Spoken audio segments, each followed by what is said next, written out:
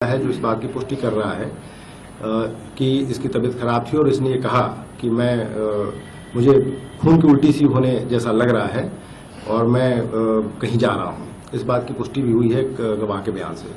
शाम को करीब 5, साढ़े 5 के आसपास ये थोड़ी देर के लिए बाहर गया साजिद। जब लौट के आया तो उसके हाथ में एक चाकू दिखाई पड़ा। हम लोगों ने उस व्यक्ति को आइडेंटिफाई कर लिया है जिसके हाथ से वो चाकू खरीदा गया था। उससे भी पूछताछ हो रही है। आने के बाद फिर घटना के समय दोनों इसने जब पूछा कि भाई तुमने ये चाकू क्यों खरीदा है, तो इसने कहा कि मैं रमजान के समय गोश्त वगैरह काटने का काम करूंगा, इसलिए चाकू मैं खरीद के लाया हूं।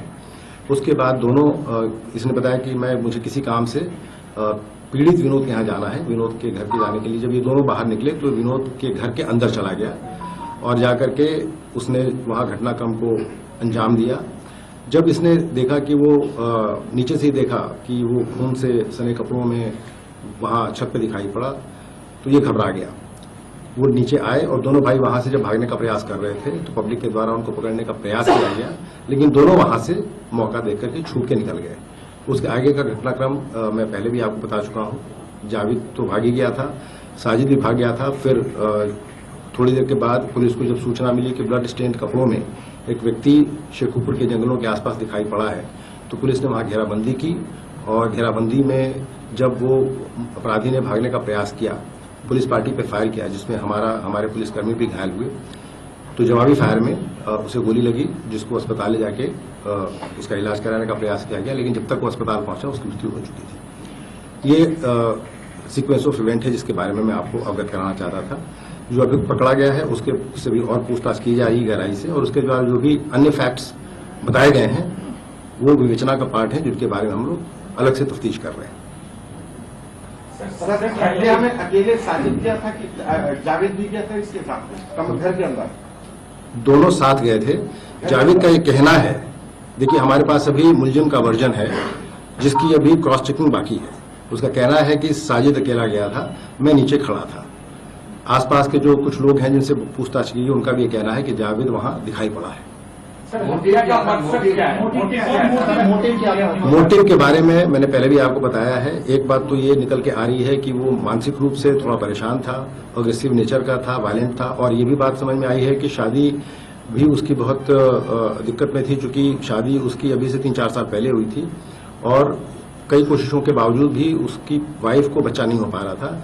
एक तो स्टिल बॉर्न बेबी हो गया था और 2-3 बच्चे उसके पेट में ही खराब हो गए थे। ये एक बात निकल के आई है और उसकी वजह से बहुत मानसिक रूप से वो परेशान भी रहता था। इस लाइन पे भी हम लोग अपनी जांच पड़ताल कर रहे हैं। क्या तंत्र मंत्र एक वजह हो सकती है हत्याकांड के पीछे? देखिए, इस कंजेक्चर पे अभी टिप्पणी करना उचित नहीं है, लेकिन जैसा मैंने आपको बताया कि जो भी फैक्ट्स हमारे पास अभी आए हैं इस पूछताछ से, उन सारे फैक्ट्स को एग्जामिन किया जा रहा है और उनको जो भी उसमें सब्सटेंशियल फैक्ट निकल के आएंगे वो इन्वेस्टिगेशन का पार्ट बनेंगे। इन्हीं को टारगेट क्यों किया था? चूंकि इनके यहाँ वाकफियत थी, ऐसा लगता है, उसका प्रॉक्सिमिटी थी और आना जाना भी था, उनके 2 बच्चे भी थे। अब इन सारे बिंदुओं पर हम लोग अपनी जांच पड़ताल कर रहे हैं और ये सारी बातें इन्वेस्टिगेशन का पार्ट है। अभी कुछ और चीजों की भी जानकारी मिलने की संभावना है जिसपे हम अपनी अग्रिम कार्रवाई करेंगे।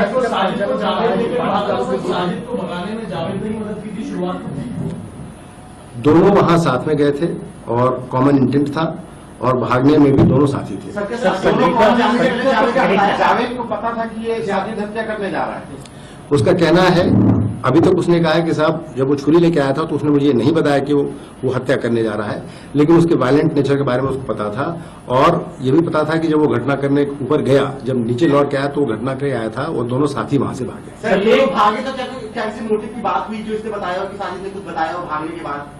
उसके विषय में अभी उसने कुछ नहीं बताया है, पूछताछ अभी जारी है और अभी और तथ्यों का पता लगा। एक सवाल है, जावेद जब भागा है और जब उसे बरेली पुलिस ने गिरफ्तार किया, उसने अपना एक वीडियो वायरल किया। उस वीडियो में साफ तौर पर कह रहा है कि वो घटनास्थल पर था ही नहीं, हुआ वहां पर गया ही नहीं, वो डर से भाग गया। लोगों ने उसे फोन किया कि अब तुम्हारे भाई ने इस हत्याकांड को अंजाम दिया, उसके बाद वो भाग गया दिल्ली से वो फिर बरेली आए तो उसका भी इनकाउंटर ना हो जाए। तो इस बात का डर था, ये वीडियो वायरल किया गया है जावेद की ओर से।